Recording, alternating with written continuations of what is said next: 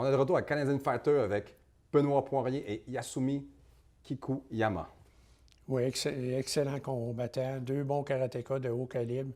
On va avoir du contact avec des bonnes protections, avec des gens qui ils se battent super bien. C'est des gens qui...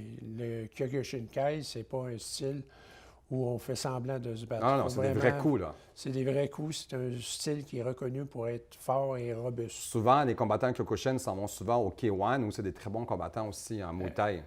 Exactement. C'est des combattants qui n'ont pas peur du chaos. En général, c'est des gens qui aiment le full contact, plein contact. Donc, nous, on se retrouve maintenant avec la troisième démonstration avec Benoît Poirier et Yasumichi Kikuyama. La finale homme-poids moyen. Benoît Poirier visite Yasumichi Kikuyama.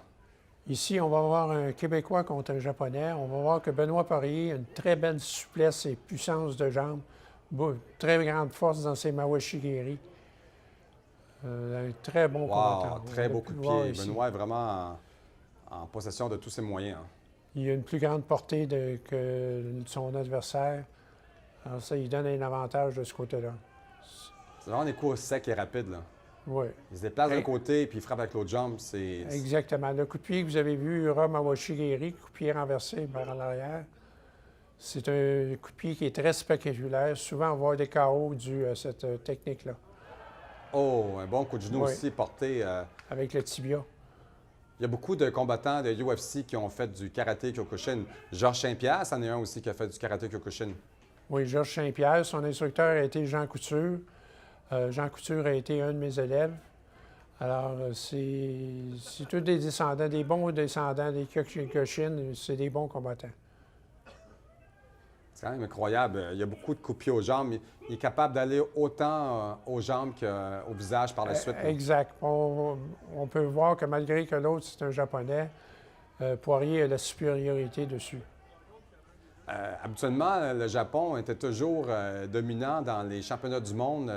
Mais depuis quelques années, on peut voir que les Brésiliens ou les Russes gagnent souvent, malgré que le Japon a eu une dominance totale quasiment pendant 20 ans. Exactement, parce qu'il y a eu beaucoup d'échanges entre pays. Les gens sont améliorés, ils ont travaillé des techniques d'endurcissement. Là, on peut voir qu'il y a eu un avertissement. Ah. On n'a rien à envier aux Japonais. On a des bons techniciens. Un autre bon coup aux gens, un balayage. Il ne compte pas ici. Exactement. Ça demande quand même une grande force, une grande détermination. Écoutez-vous, au nombre de coups qu'il reçoit, il faut vraiment être en pleine forme, en pleine possession de ses moyens. C'est vraiment un sport pour justement aller au-delà de ses limites, là, comme on pourrait dire. Là, on voit que les gens sont beaucoup collés un à l'autre.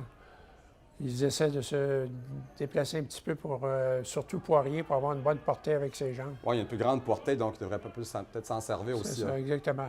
Donc, le jeu du Japonais, c'est de rester prêt à cause de sa portée. Puis le jeu de Poirier, c'est d'essayer de garder sa distance pour pouvoir travailler. Oui, un autre bon coup. Très, très bon coup. Il n'y a aucun coup qui est atteint pour l'instant. Mais on peut voir aussi que malgré tous les attaques, les coups portés, il n'y a aucune blessure vraiment qu'on a vue jusqu'à date qui peut être fatale. Non, les deux sont environ du même calibre. Là. La seule chose qu'il peut avoir, c'est une échymose, etc. Donc, on peut voir qu'ils ont lancé le sac rouge, ça veut dire que c'est le mot de la fin. Donc, on peut voir que, sans équivoque, le gagnant est Benoît Poirier. Donc, on se retrouve dans quelques instants après la pause.